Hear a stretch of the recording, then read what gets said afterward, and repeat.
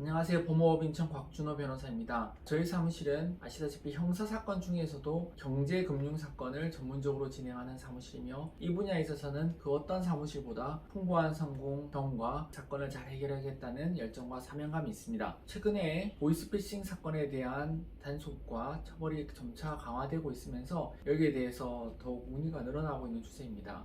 특히 전달책을 하신 분들은 보이스피싱 사건인 줄 모르고 가담하신 분들이 대부분이기 때문에 본인이 수사를 받고 처벌을까지 받게 된다는 점을 처음에는 참 납득을 하기 힘들어 하십니다. 즉 본인의 사안이 중하고 여기에 대한 처벌까지 이어질 수 있다는 점이 상당히 본인 스스로 우선은 수긍을 못하는 경우가 많이 있습니다. 최근 저희 사무실에서 또 보이스피싱 사건 전달책을 무죄를 받았습니다. 저희는 보이스피싱 사건에서 특히 가장 많은 사건인 전달책 사건에 있어서 사안을 봐서 무죄가 나올 수 있으면 얼마든지 무죄 주장을 해드리는 것입니다. 다만 이 무죄 주장이라는 것이 단지 몰랐다는 이유만으로는 무죄가 나올 수 없기 때문에 그런 경우에 있어서는 저희가 무죄 주장이 힘들다는 것을 알려드립니다.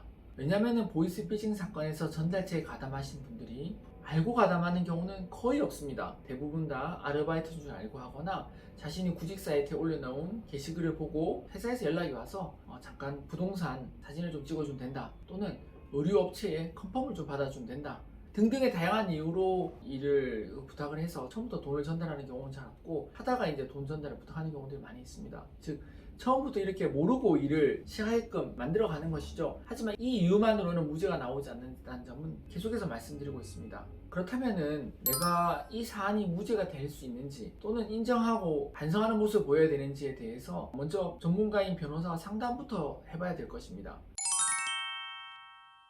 우선은 사실관계를 정확하게 파악하는 것이 필요합니다. 어떤 사실관계인지, 즉 무죄가 나올 수 있는 사안인지 아닌지를 먼저 파악하고, 무죄가 나올 수 있는 사안에서 적극적인 다툼을 통해서 무죄를 받아내는 것이 필요합니다. 거듭 말씀드리지만 보이스피싱 전달책 사건에서 가장 많은 경우인 본인이 스스로 생각하는 무죄의 이유인 내가 모르고 가담했다는 이유만으로는 무죄가 나오지 않습니다. 전달책에 또 다른 전달책으로 가담을 했다거나, 또는 내가 다른 전달책과 같이 일했는데 그 전달책의 일에 내가 모르고 가담했다거나, 또는 극히 초반에 자수했다거나 등등의 사유들이 있습니다. 근데 이게 법적으로 어떤 경우에 있어서 규칙화하여 이런 경우는 무죄다라고 설명을 할 수 있는 것은 없기 때문에 각각 개별적인 사안에 대해서 검토가 필요한 것입니다. 하지만 어느 정도 보이스피싱 사건의 가담 횟수가 늘어나고 받은 돈이 커지게 되면은 당연히 점차 무죄에서 멀어지게 되는 것은 당연하시죠. 그래서 예전에 있어서는 전달을 6번, 7번 해도 무죄가 나온 경우도 있었습니다. 하지만 그 모든 사안들이 결국에는 2심 가서는 다 유죄로 다 뒤집혔습니다. 하지만 저희가 상담을 해보면 일부 여전히 아직도 당신은 이 일을 모르고 했기 때문에 무죄입니다. 어떻게 이렇게 아르바이트라고 생각한 사람이 유죄라고 하겠습니까? 당신이 이 사건 전체를 모르고 그냥 모르고 했으니까 유죄가 볼 수 없고 무죄라고 이야기하는 변호사도 간혹 아직도 있습니다. 그것은 일반적인 사기 사건의 보이스피싱 전달책에 대입하는 것에서 연유된 것이라고 생각이 됩니다. 하지만 이것은 최근 트렌드에는 맞지 않으므로 더 이상 이런 식으로 주장해서는 조금 힘들고, 만약 이렇게 주장을 계속하게 되면은 소위 말하는 괘씸죄를 맞을 수 있으므로 매우 주의를 하셔야 됩니다.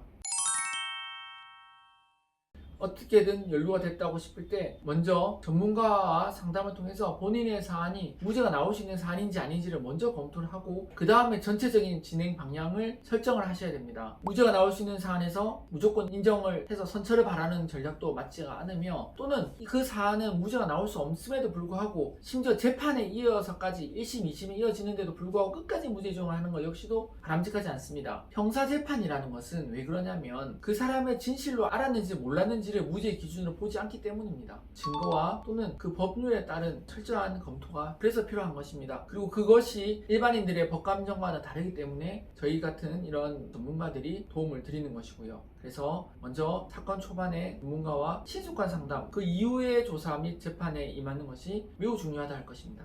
당연히 사건 초기에 전문가와 상담하여 대응하면 할수록 본인의 무죄 가능성, 즉 억울한 사안에 있어서는 무죄 가능성이 높아지며, 꼭 무죄가 아니라 하더라도 사건 해결에 대해서 수월하게 진행을 할 수가 있습니다. 다만 당장에 자신이 일을 해보고 나니 뭔가 의심스러운데 경찰에서 아직 연락이 없다거나, 또는 좀 기다리면 어떻게 해결이 되겠지 하는 생각에 자꾸 해결을 미루다 보면 일이 점점 커지고, 그러면은 나중에 처벌 역시도 높아지기 마련입니다. 보이스피싱 전달책 사건 하면서 그 억울함, 그러니까 내가 이 모르고 일을 가담했는데 내가 이 아르바이트를 줄 알고 잠깐 이 일한 것이 이렇게 큰일인 줄 몰랐다는 그 억울함에 대해서 충분히 공감을 하고 있습니다. 너무나 많은 사안을 보면서 참 안타까운 사연들 많이 보고 있습니다. 하지만 무죄가 안 되는 사안에서 그 억울함을 이용해서 무죄를 부추겨서 또는 그런 잘못된 방향으로 나가게끔 하지는 않습니다. 마찬가지 반대로 무죄가 충분히 나올 수 있는 사안에서 무조건 인정하라고 하지도 않습니다. 그러므로 본인이 뭔가 아르바이트인 줄 알고 일을 했는데 보이스피싱 사건이다, 또는 여기에 대해서 뭔가 의심스럽다, 뭔가 구체적으로 알지는 못하지만 어렵다, 뭔가 이상하다 싶으면 최대한 빨리 전문가인 저희 사무실로 연락을 주시면 저희가 상세하게 상담을 드리도록 하겠습니다.